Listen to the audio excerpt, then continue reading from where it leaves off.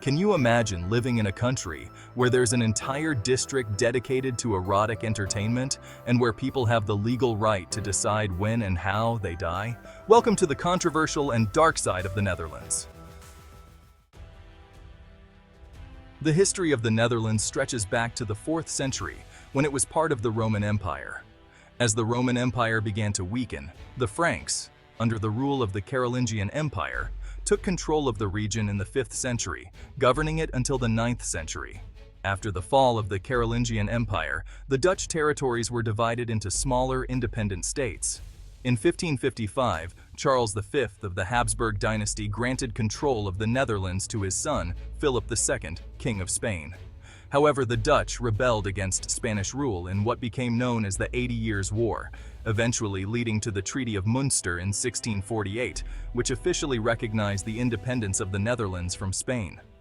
In the 18th century, the country faced yet another foreign invasion, this time by the forces of Napoleon. Although occupied during the Napoleonic Wars, the Netherlands regained its independence in the early 19th century. After enduring the hardships of World War II, the country underwent a significant rebuilding process and emerged as a prosperous and stable nation. Today, the Netherlands is not only a founding member of the European Union, but also one of the most developed and wealthiest countries in the world. Despite its small size, the Netherlands had a GDP of $1.03 trillion in 2022, with a GDP per capita of approximately $58,000, making it the 4th highest in the EU. Imagine walking along the canals, surrounded by the hypnotizing glow of red lights. Welcome to De Wallen, Amsterdam's famous red light district, where over 20 million tourists visit each year. On most nights, the streets are so crowded, it's hard to move. De Wallen is a unique blend of history and entertainment, where you'll find erotic shops, historic museums, and of course, the world's oldest profession, all coexisting on the same streets. However, if you plan to visit this area, it's important to know some of the unwritten rules.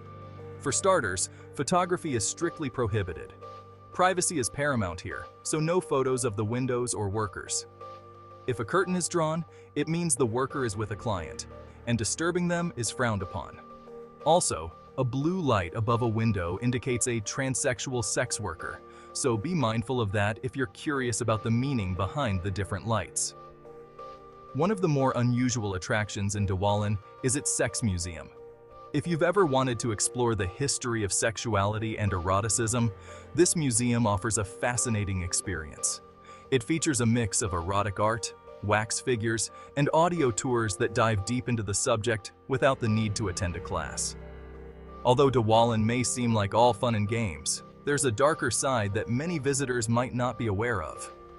According to the UNHCR, human trafficking and forced labor still occur within some establishments in the district, with an estimated 100 to 200 incidents reported each year. Fortunately, the Dutch government is stepping up its efforts to combat these crimes. New regulations have been introduced, including penalties for clients who fail to report suspected cases of forced labor, with imprisonment as a potential consequence for those who turn a blind eye. Believe it or not, around 1/3 of the Netherlands is actually below sea level, which is where the country gets its name, the Low Country.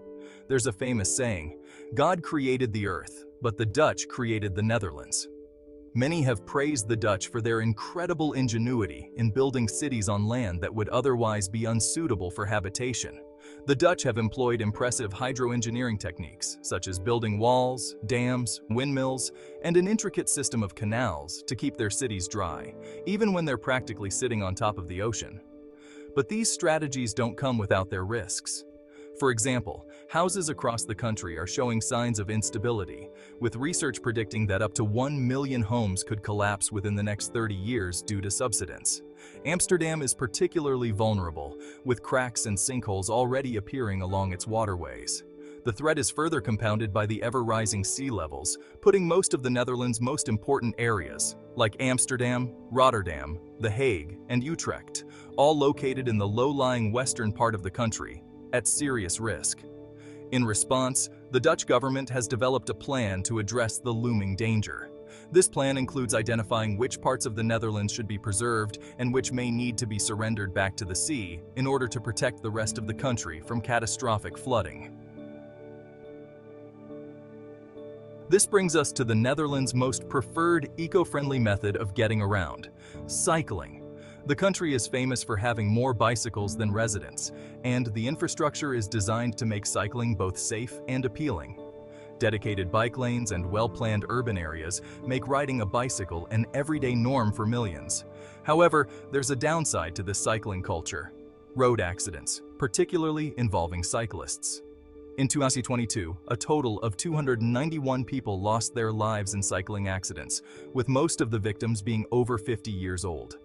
About half of these tragic incidents were due to collisions with cars or vans. One of the contributing factors is the rising popularity of e-bikes, which have made cycling more accessible to older generations, but have also led to an increase in accidents.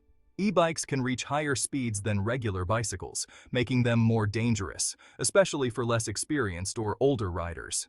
Another issue is the widespread reluctance to wear helmets. Out of all the cycling accidents reported, only 3% of regular cyclists and just 2% of e-bike users were wearing helmets at the time of the incident. This lack of helmet use further increases the vulnerability of cyclists, particularly those on e-bikes, where the added speed raises the risk of severe injury. Amsterdam is often celebrated as the city of museums, but if you're easily frightened, you might want to steer clear of some of its more unsettling attractions. One notable example is the Torture Museum, located in the bustling city center. This museum offers a chilling glimpse into medieval horror, where human suffering was often viewed as a form of entertainment. It boasts a collection of torture instruments used in Europe up until the 18th century, each accompanied by life-size wax figures that vividly illustrate how these horrific tools were employed. Another attraction that could haunt your dreams is the Amsterdam Dungeon. This unique experience takes visitors on a journey through the dark chapters of Dutch history, including the Spanish Inquisition, the witch hunts of the 16th century, and the devastation caused by the Great Plague, which killed millions around the world. Finally, Amsterdam is home to what is often regarded as the creepiest museum in the world, the Vrolijk Museum. This peculiar collection features medieval oddities donated by Gerardus Vrolijk, a 19th century professor of botany and anatomy. While overseeing the maternity ward of a hospital in Amsterdam, Vrolijk collected the remains of babies born with various birth defects. These preserved remains are now displayed for public viewing, serving as a haunting testament to medical history and the human condition. Would you want to be the one who decides how and when you die? This is a belief held by many in the Netherlands, where euthanasia, or assisted dying, is a significant aspect of their healthcare system. The country is often recognized as a pioneer in this field, having legalized the practice in 2002 for patients enduring unbearable suffering with no prospect of improvement. While countries like Colombia and Australia have followed in their footsteps, the decision to allow euthanasia raises numerous ethical dilemmas, particularly concerning the criteria that determine when it should be permitted. One notable case in the Netherlands involved a patient who signed an advance directive after being diagnosed with dementia. In her directive, she specified that if she ever reached a point where she could no longer recognize any of her family members, she wished to be euthanized. Unfortunately, when the time came, the patient no longer understood her situation and had to be physically restrained before receiving the fatal injection.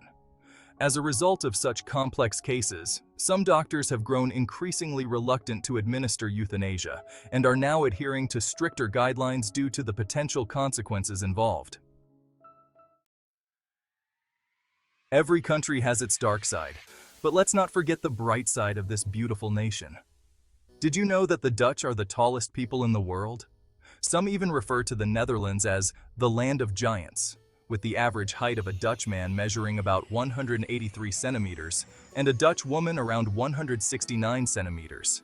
The Netherlands also boasts a world-leading healthcare system and a remarkable love for dairy products.